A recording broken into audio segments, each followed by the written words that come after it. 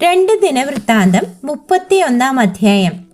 ഇതൊക്കെയും തീർന്ന ശേഷം വന്നു കൂടിയിരുന്ന എല്ലാ ഇസ്രായേലും യഹൂദ നഗരങ്ങളിലേക്ക് ചെന്ന് സ്തംഭ വിഗ്രഹങ്ങളെ തകർത്ത് എല്ലാ യഹൂദായിലും ബെന്യാമീനിലും എഫ്രൈമിലും മനശ്ശെയിലും ഉള്ള അശേര പ്രതിഷ്ഠകളെ വെട്ടി പൂജാഗിരികളെയും ബലിപീഠങ്ങളെയും ഇടിച്ച് നശിപ്പിച്ചു കളഞ്ഞു. പിന്നെ ഇസ്രായേൽ മക്കൾ എല്ലാവരും ഓരോരുത്തൻ താന്താന്റെ പട്ടണത്തിലേക്കും അവകാശത്തിലേക്കും മടങ്ങിപ്പോയി.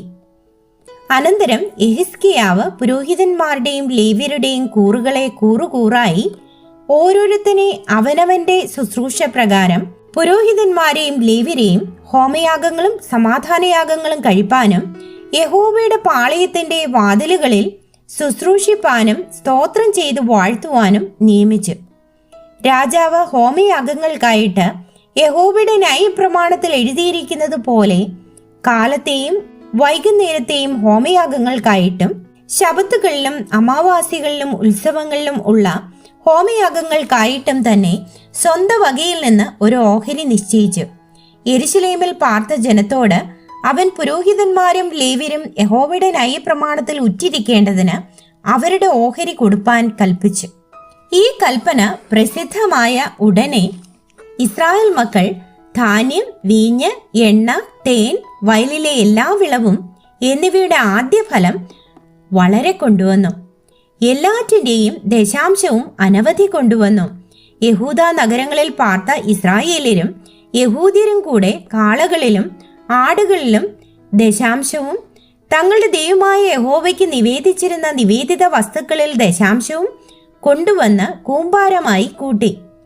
3-ാം മാസത്തിൽ അവർ കൂമ്പാരം കൂട്ടിത്തുടങ്ങി 7-ാം മാസത്തിൽ തീർത്തു. യെഹിസ്കിയാവും പ്രഭുക്കന്മാരും വന്ന് കൂമ്പാരങ്ങളെ കണ്ടപ്പോൾ അവർ യഹോവയെയും അവന്റെ ജനമായ ഇസ്രായേലിനെയും വാഴ്ത്തി. യെഹിസ്കിയാവ് കൂമ്പാരങ്ങളെക്കുറിച്ച് പുരോഹിതന്മാരോടും ലേവ്യരോടും ചോദിച്ചു. അതിന് സാദോക്കിന്റെ ഗൃഹത്തിൽ മഹാപുരോഹിതനായ അസറിയാവ് അവനോട്, ജനം ഈ വഴിപാടുകളെ യഹോവയുടെ ആലയത്തിലേക്ക് കൊണ്ടുവന്ന് തുടങ്ങിയത് മുതൽ ഞങ്ങൾ തിന്ന് തൃപ്തരായി വളരെ ശേഷിപ്പിച്ചുമിരിക്കുന്നു. യഹോവ തന്റെ ജനത്തെ അനുഗ്രഹിച്ചിരിക്കുന്നു, ശേഷിച്ചതാകുന്നു ഈ വലിയ കൂമ്പാരം എന്നുത്തരം പറഞ്ഞു.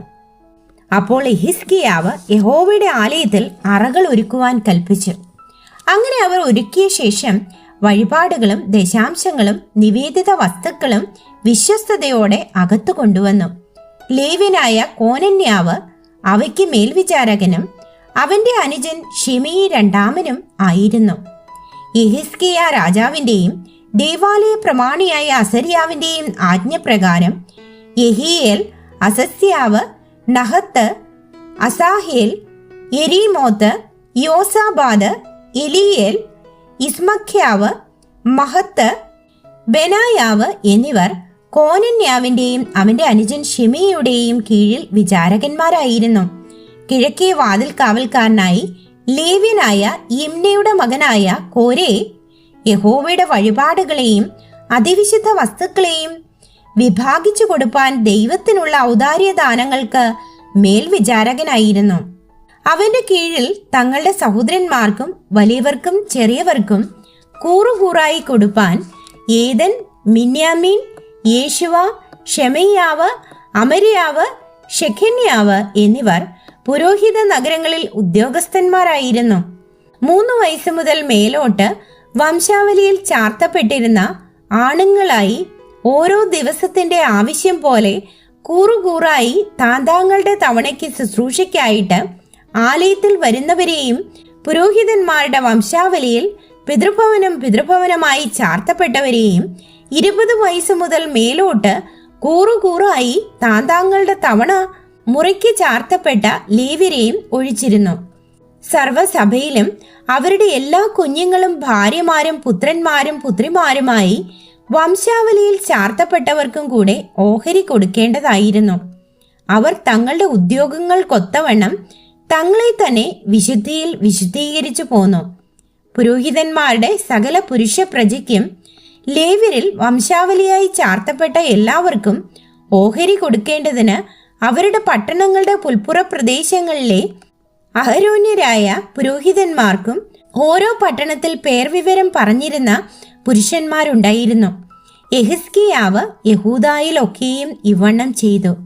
തന്റെ ദൈവമായ യഹോവയുടെ സന്നിധിയിൽ നന്മയും ന്യായവും സത്യവും ആയുള്ളത് പ്രവർത്തിച്ചു.